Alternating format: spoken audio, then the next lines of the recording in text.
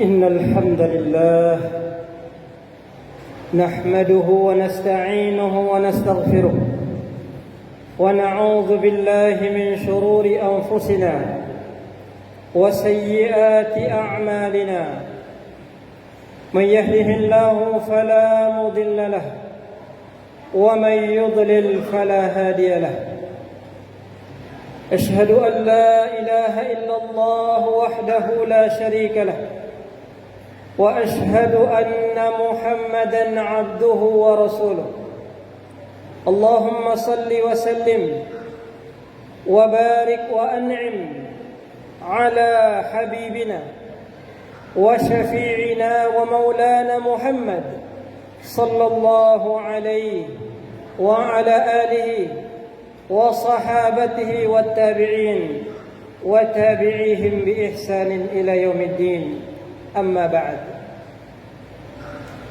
قال الله تعالى في كتابه الكريم وهو أصدق القائلين أعوذ بالله من الشيطان الرجيم بسم الله الرحمن الرحيم يا أيها الذين آمنوا اتقوا الله حق تقاته ولا تموتن إلا وأنتم مسلمون يا أيها الناس اتقوا ربكم الذي خلقكم من نفس واحدة وخلق منها زوجها وبث منهما رجالا كثيرا ونساء واتقوا الله الذي تساءلون به والأرحام إن الله كان عليكم رقيبا يا أيها الذين آمنوا اتقوا الله ولتنظر نفس ما قدمت لغد واتقوا الله إن الله خبير بما تعملون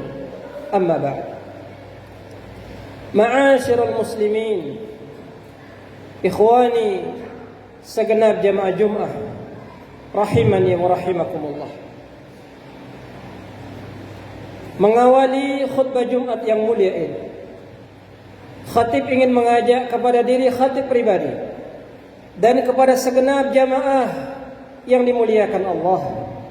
Marilah senantiasa kita bertekad untuk selalu meningkatkan keimanan dan ketakwaan kita kepada Allah Subhanahu wa taala, yaitu dengan menjalankan semua perintah-perintahnya, bimtithali awamirih wajtinabi nawahih, dan dengan menjauhkan diri kita dari larangan-larangan Allah Subhanahu wa taala, serta dengan istiqamah melaksanakan berbagai amal saleh yang dapat mendekatkan kita kepada keridhaan Allah Subhanahu wa taala, sehingga dengan takwa dan iman yang senantiasa kita pupuk dalam kehidupan ini kelak akan memudahkan kita untuk memasuki salah satu nikmat terbesar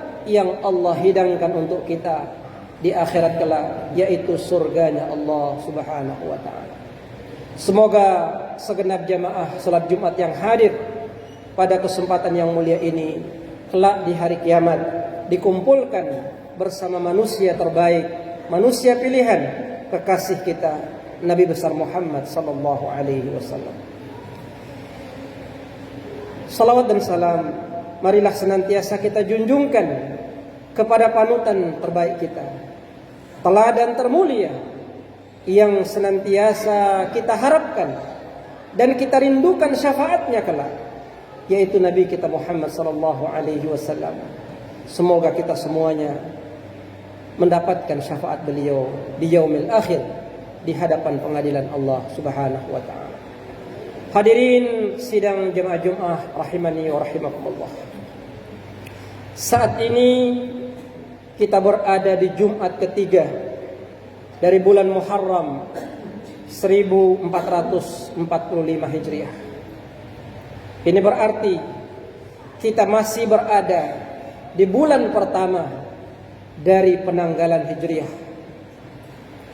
Penanggalan Hijriah digagas oleh salah satu khalifah kaum muslimin, yang bergelar Amirul Mukminin Umar ibn al-Khattab radhiyallahu taala anhu. Penanggalan Hijriyah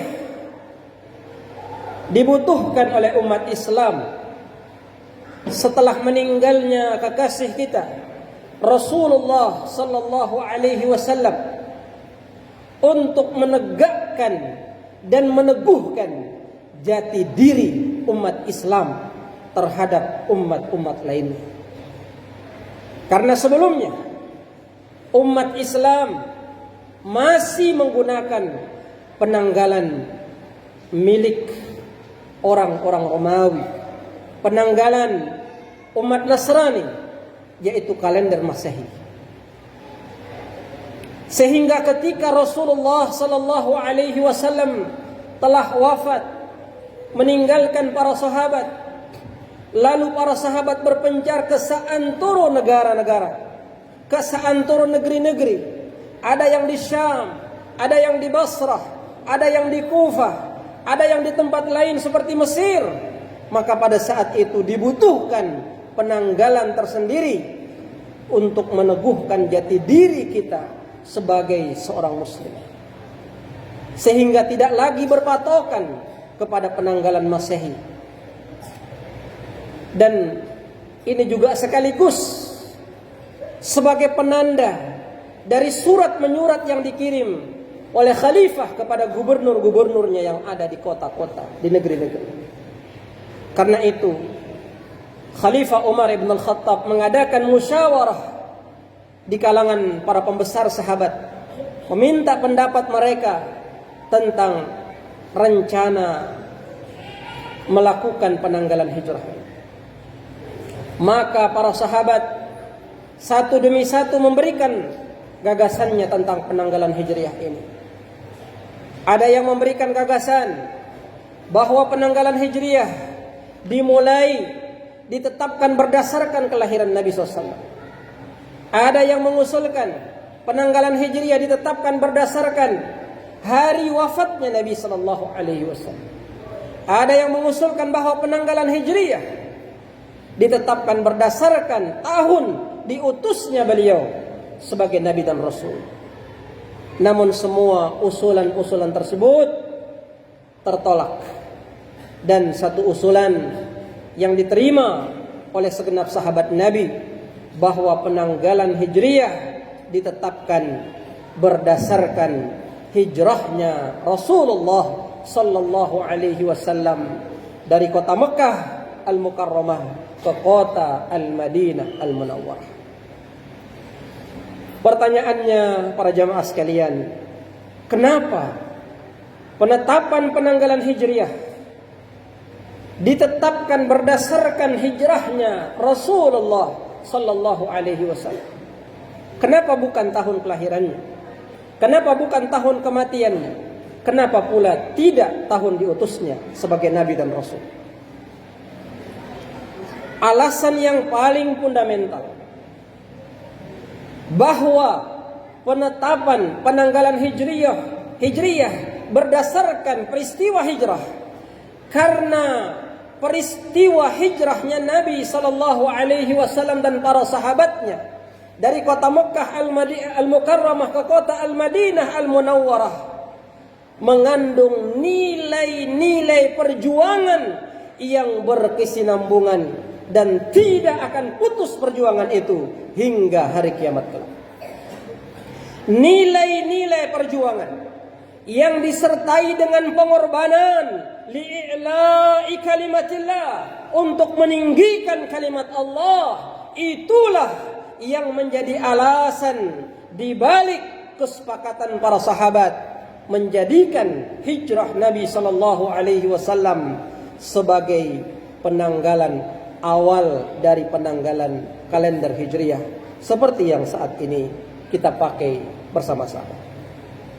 Ada nilai perjuangan, ada nilai pengorbanan, ada nilai keteguhan di dalam mempertahankan akidah melawan kemusyrikan, melawan kebodohan yang dipertontonkan oleh para pemuka Quraisy, melawan penindasan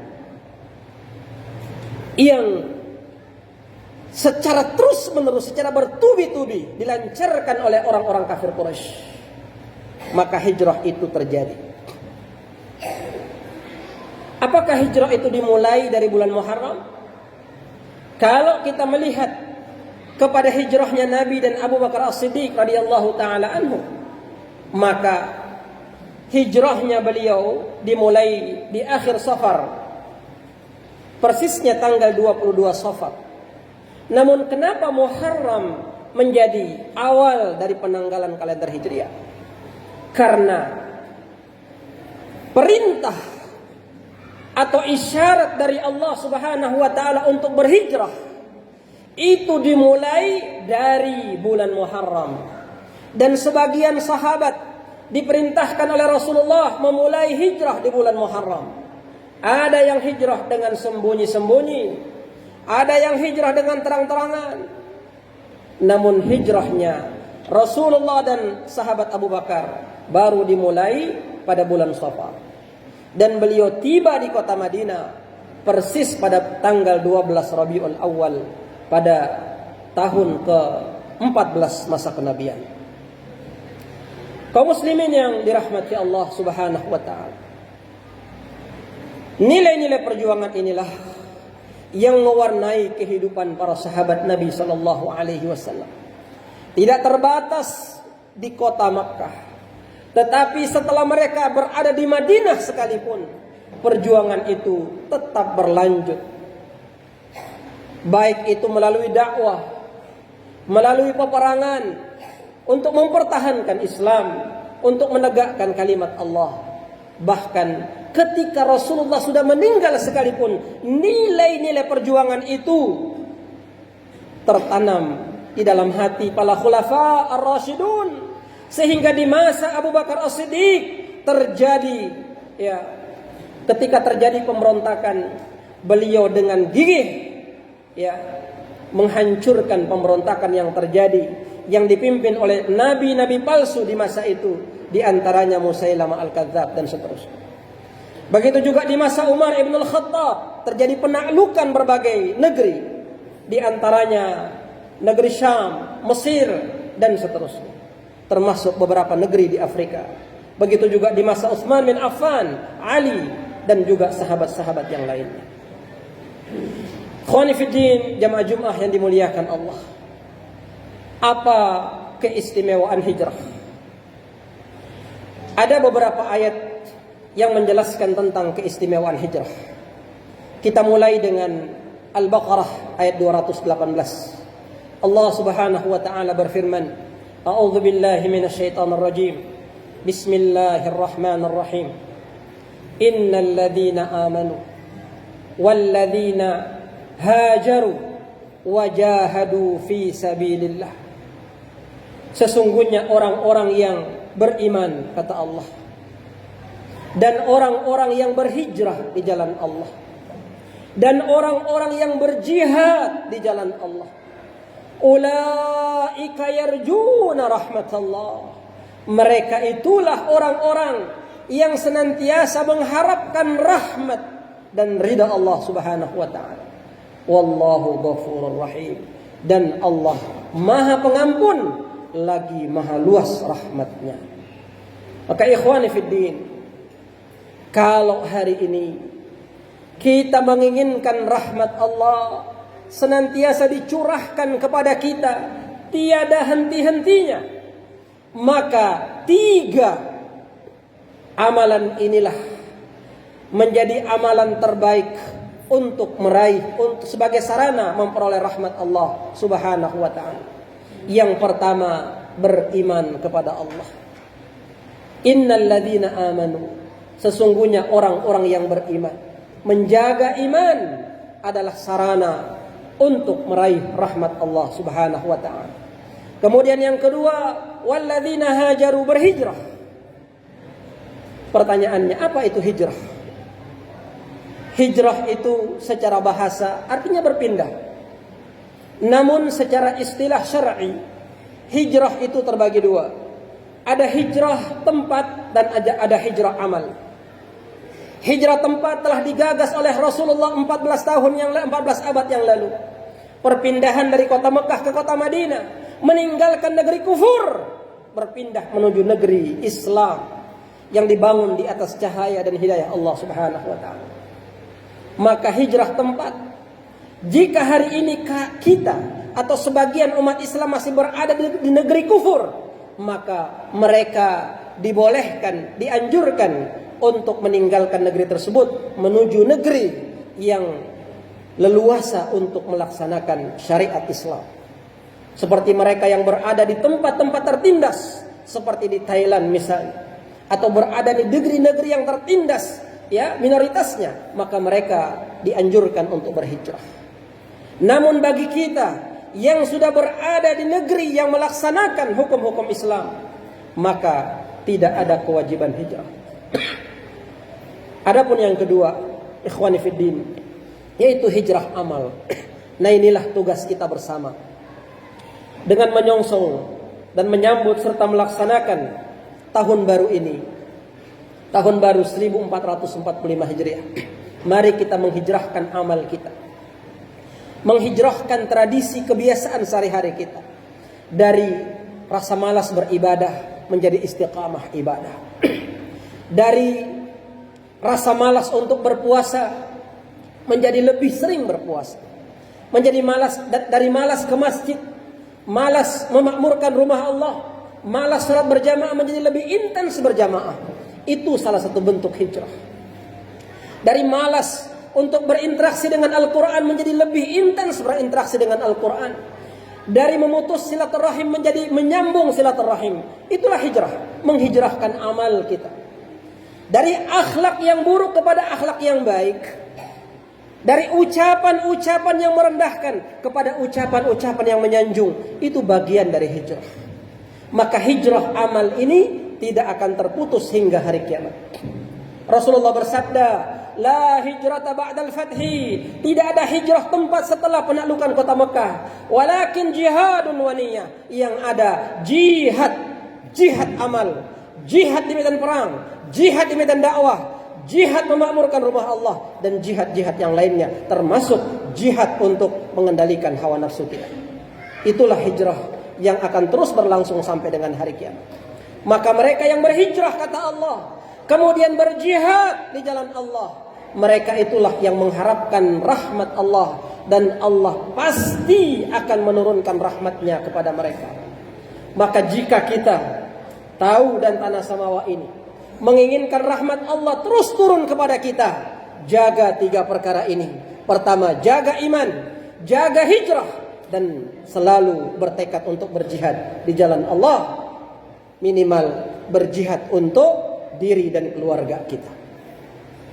Kemudian dalam ayat yang lain, Allah Subhanahu wa taala berfirman, "Walladzina amanu wajahadu wahajaru wajahadu fi sabilillah a'zamu darajatan 'indallah wa ulaika humul faizun." Dan orang-orang yang beriman lalu berhijrah dan berjihad di jalan Allah, kelak di akhirat nanti Allah akan berikan kepada mereka kedudukan yang tinggi, dan mereka termasuk orang-orang yang beruntung di sisi Allah Subhanahu wa taala. Jadi ikhwani fiddin, kalau kita ingin ditinggikan kedudukan kita oleh Allah, diangkat derajat kita oleh Allah di dunia maupun di akhirat, maka jaga iman kita, jaga hijrah kita, dan jaga jihad kita di jalan Allah Subhanahu wa taala. Insyaallah 3 hal ini menjadi tolak ukur keberuntungan dan kesuksesan kita di sisi Allah Subhanahu wa taala.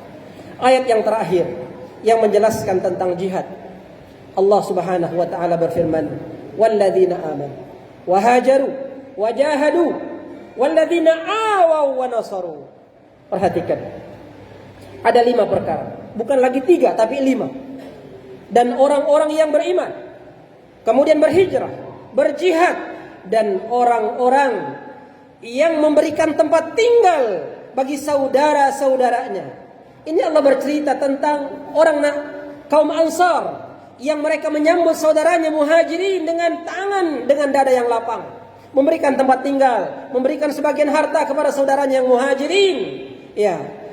Dan orang-orang yang menyiapkan tempat tinggal bagi saudaranya, dan orang-orang yang menolong agama Allah Subhanahu wa taala. Apa balasannya? 3 balasannya. Ulaika humul mu'minuna haqqan. Mereka itulah orang beriman yang sesungguhnya, kata Allah. Wa lahum maghfiratun. Mereka mendapatkan ampunan Allah, wa rizqun karim, dan juga mendapatkan rezeki yang mulia. Rezeki di dunia berupa keberkahan, kesehatan, kemudahan, ilmu, derajat yang tinggi, dan di akhirat kelak Allah siapkan surganya bagi orang-orang yang terpenuhi 5 persyaratan tadi. Yang pertama, iman, hijrah, jihad, menyiapkan tempat bagi saudara kita yang kesusahan, dan yang terakhir menolong agama Allah Subhanahu wa taala. Memakmurkan masjid termasuk menolong agama Allah. Maka insya Allah orang-orang yang hadir hari ini, kita umat Islam yang hadir hari ini, dan juga sholat 5 waktu yang lainnya, insya Allah termasuk orang-orang yang menolong agama Allah. Semoga dengan demikian Allah menurunkan rahmatnya kepada kita di dunia, dan kelak di akhirat Allah memberikan kita rezeki yang mulia berupa surganya. Amin ya rabbal alamin. Kaum muslimin yang dimuliakan Allah, demikian khutbah singkat ini. Semoga ruh hijrah ini senantiasa ada dan tertanam dalam jiwa kita, sehingga kapanpun dimanapun kita senantiasa istiqamah untuk menolong agama Allah Subhanahu wa ta'ala. In tansurullaha yansurkum. Jika kalian menolong agama Allah, ketahuilah Allah pasti menolong kalian dimanapun kalian berada. Barakallahu li wa lakum fil Qur'anil azim, wa nafa'ani wa iyyakum bima fihi minal ayati wa dzikril hakim, wa taqabbala minni wa minkum tilawatahu innahu huwas samiul alim.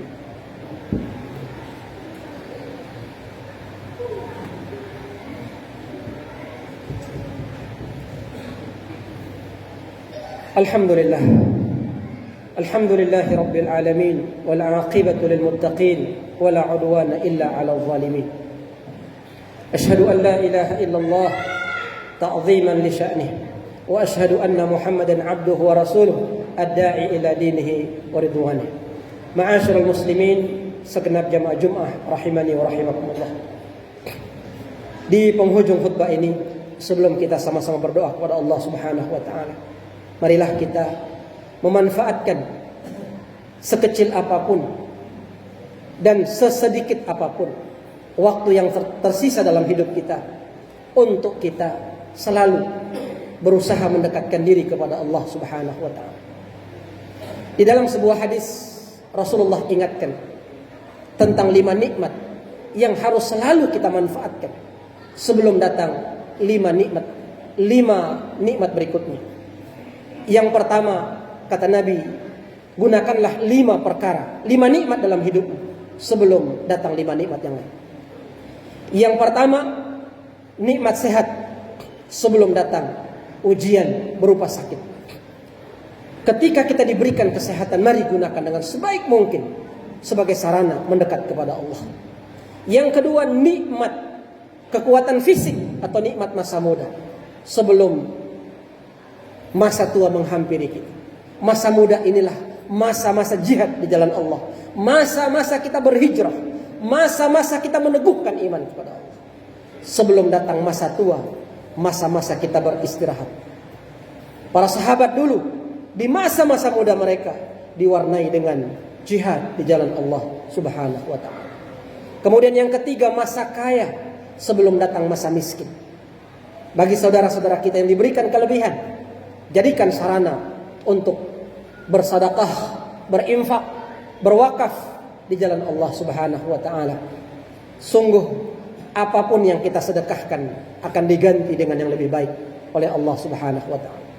Kemudian yang keempat adalah masa luang sebelum datang masa sempit. Umur kita sekarang ini termasuk masa luang. Mari kita gunakan dengan sebaik mungkin sebelum ajal kita tiba. Itulah masa sempit ketika ajal menghampiri kita. Kemudian yang terakhir, masa hidup kita sebelum datang kematian dan ajal. Ikhwani fiddin, umur yang kita miliki akan kita pertanggungjawabkan di hadapan Allah semakin banyak yang terlewatkan, semakin berat pula pertanggungjawabannya di hadapan Allah Subhanahu wa taala. Semoga dengan kita memanfaatkan 5 perkara ini, kita kelak di hari kiamat di hadapan Allah Subhanahu wa taala mendapatkan rahmat dan kemuliaan darinya, dan semoga ibadah-ibadah kita menjadi pemberat timbangan kita di hadapan Allah Subhanahu wa taala. Marilah kita berdoa kepada Allah Subhanahu wa taala. Terlebih dahulu kita bersalawat kepada kekasih kita sebagaimana yang Allah perintahkan, innallaha wa malaikatahu yusalluna 'alan nabi ya ayyuhalladzina amanu sallu 'alaihi wa sallimu taslima. Allahumma salli 'ala Muhammad wa 'ala alihi wa sahbihi. Allahumma rida 'anil khulafa'ir rasyidin Abi Bakr wa Umar wa Utsman wa Ali wa an sa'iris sahabati wat tabi'in warhamna ma'ahum birahmatika ya arhamar rahimin. Allahumma ighfir lil muslimina wal muslimat wal mu'minina wal mu'minat al ahya'i minhum wal amwat. Allahumma a'izzal islam wal muslimin wa ahlikil kafarata wal musyrikin a'da'aka a'da'ad din. Allahumma ansur man nasara din. Allahumma ansur al muslimina fi kulli makanin ya rabbal alamin. Allahumma ansur ulama al muslimin. Allahumma ansur wulat al muslimin. Allahumma ansur al mujahidin fi kulli makanin ya rabbal alamin. اللهم إنا نسألك موجبات رحمتك وعزائم مغفرتك والسلامة من كل إثم والغنيمة من كل بر والفوز بالجنة والنجاة من النار. اللهم أدخلنا الجنة مع الأبرار يا عزيز يا غفار يا رب العالمين. اللهم اجمعنا مع الذين أنعمت عليهم من النبيين والصديقين والشهداء والصالحين وحسن أولئك رفيقا. ذلك الفضل من الله وكفى به عليما. ربنا هب لنا من أزواجنا وذرياتنا قرة أعين واجعلنا للمتقين إماما. ربنا آتنا في الدنيا حسنة وفي الآخرة حسنة وقنا عذاب النار. وآخر دعوانا أن الحمد لله رب العالمين. عباد الله إن الله يأمر بالعدل والإحسان وإيتاء ذي القربى وينهى عن الفحشاء والمنكر والبغي يعظكم لعلكم تذكرون. فاذكروا الله يذكركم واسألوه من فضل يؤتكم ولذكر الله أكبر. أقيموا الصلاة.